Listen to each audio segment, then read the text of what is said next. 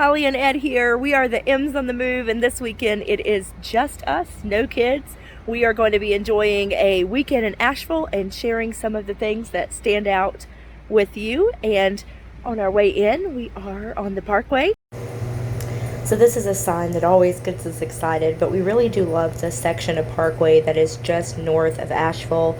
Lots of great tunnel sections, very photogenic area with really high elevation, which gives you a lot of opportunities for these great long-range views. It's also really interconnected with the Mountain to Sea Trail system, so just a great place to come spend a good portion of time, or even just driving through it is absolutely gorgeous.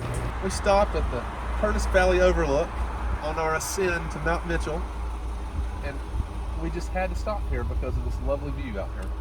And I guess that kind of speaks for itself.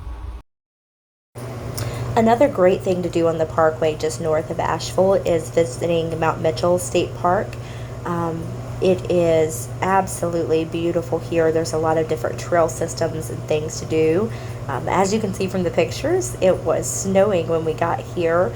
At the top of the summit, it was actually right at freezing. So there were just some absolutely beautiful views of just windswept trees on the climb up that were just so beautiful with the sunlight reflecting off of them. I actually found myself getting a bit misty-eyed. Although there's a lot of trails and things to do here, we really focused on getting up to the summit today, which is definitely worth the trip. It's the highest point east of the Mississippi River, and the long-range views of the entire Blue Ridge are really incredible. So this is the view from the top of the world, or at least east of the Mississippi.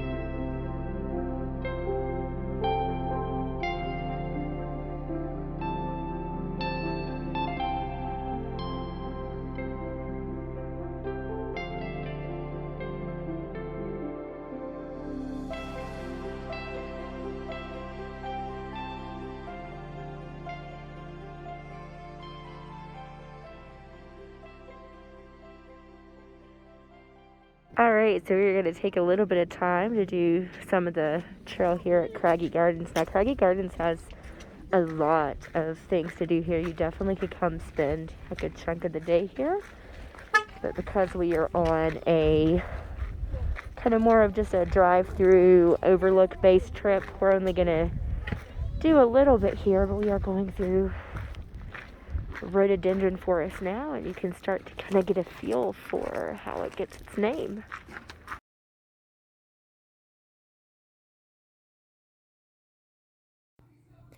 One thing I really liked about the Craggy Gardens area was really that you can spend as much or as little time there as you want. There's a lot to do. We focused on the trail up to the picnic area and the flats. As you can see, it's definitely a typical mountain trail where you do need to watch your step and may get winded occasionally from elevation gain, but there was nothing about this we found to be particularly difficult. Would really describe it as an easy trail. Lots of great views, a really interesting dynamic with the rhododendron forest, and it is a self-guided trail with some educational signs as well. And as you can see, the view from the top is just really spectacular.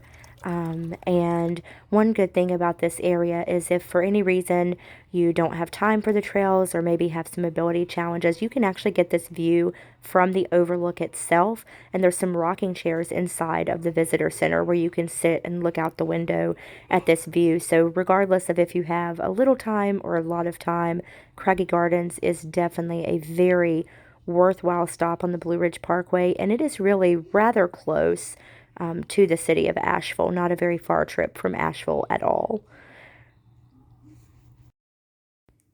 So during this trip, we stayed in West Asheville, which we absolutely loved. It was our first time staying here, and I thought the art scene was fantastic. Oh, absolutely, absolutely. And the way to go whenever you're in West Asheville is probably just to look up a local Airbnb, and you'll be right in the neighborhood, and lots of coffee shops and stores, and We ate at 9 Mile. That was fantastic. I know you, the nachos obviously here look really good, but I know we had that tuna dish with the cauliflower in it, and we just really thought they had such a good draft list and a diverse menu, very different from any Caribbean themed restaurant I've been to before.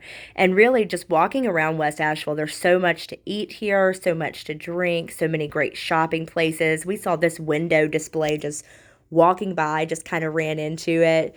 Went for breakfast at Tasty Diner. I don't think I've ever been to a dining setting like that before, kind of a hometown diner that had like mixed drinks. That was new for me. mixed drinks, beers on tap. You can sit outside. It was just an interesting little neighborhood. It's definitely different if you're only used to going to downtown Asheville. So different. And this was, I think it's pronounced Ito. It might be Ito, but it's a ramen bar with tapas. Was fantastic. While we were in town, we had the fortune of getting to see live music, which after the pandemic was wonderful. And then we did a bit of a brewery tour, which we will share with you about next.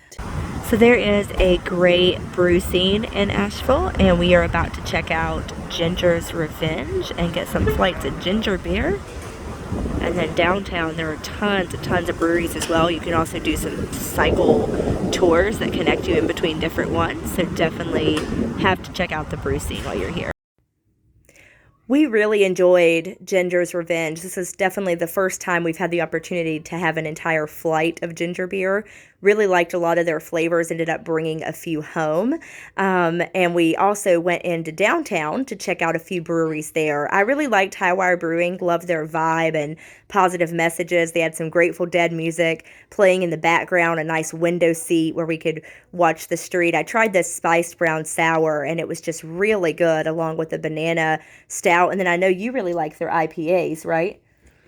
Yes, I'm an IPA fan, and I really like the hazy IPAs, and they had one of those, and it was definitely good. I highly recommend it. The vibe of the place is really nice. Lots of fans out there. They noticed my donut mask, and the guy at the bar gave me a couple stickers, and it was just a really nice experience. And as you can see, we also went to Asheville Brewing. That was nice. They had some seating actually outdoors extending into the street. There are tons and tons more of breweries in Asheville. So definitely a unique section of the downtown economy to check out, and you will never run out of things to see and do. Last but not least, no trip to Asheville downtown is ever complete for us without a stop to French Broad Chocolate, which has just the most decadent and complete selection of every type of chocolate you could think of. I know I really enjoyed the chocolate torte, and we always usually get a couple of their truffles.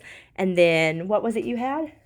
I had the creme brulee, and in previous visits, I've always gotten the quintessential chocolate cake. Oh, it's so good. And then the sipping chocolate's so thick as well. It's really good.